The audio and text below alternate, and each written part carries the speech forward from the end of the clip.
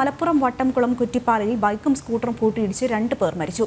വട്ടംകുളം തൈക്കാട് സ്വദേശി സുന്ദരൻ കൊള്ളന്നൂർ സ്വദേശി അലി എന്നിവരാണ് മരിച്ചത്. രാത്രി 1 മണിയോടെയായിരുന്നു അപകടം. പോലീസ് എത്തിയാണ് 2 പേരെയും ആശുപത്രിയിലേക്ക് മാറ്റിയത്. വിവരങ്ങളുമായി സോണൽ കൃഷ്ണ ചേരുന്നുണ്ട്. സോണൽ, ഈ ഒരു അപകടത്തിനുള്ള കാരണം എന്തായിരുന്നു? വിശദാംശം.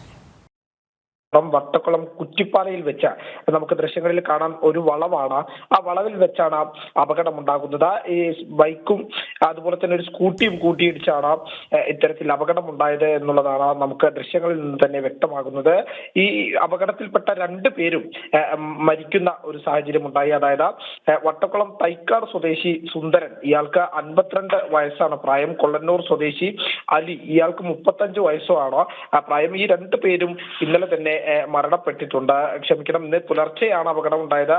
സ്പോട്ടിൽ തന്നെ മരണം സംഭവിച്ചിരുന്നു എന്നാണ് നമുക്കറിയാൻ സാധിച്ചിരിക്കുന്നത്.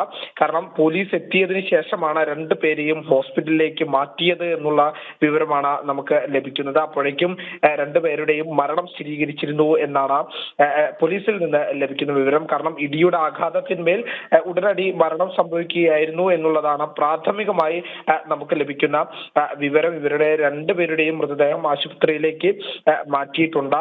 പോസ്റ്റ്മോർട്ടം നടപടികൾക്ക് ശേഷം ബന്ധുക്കൾക്ക് വിട്ടുകൊടുക്കും. അതിര ശരി.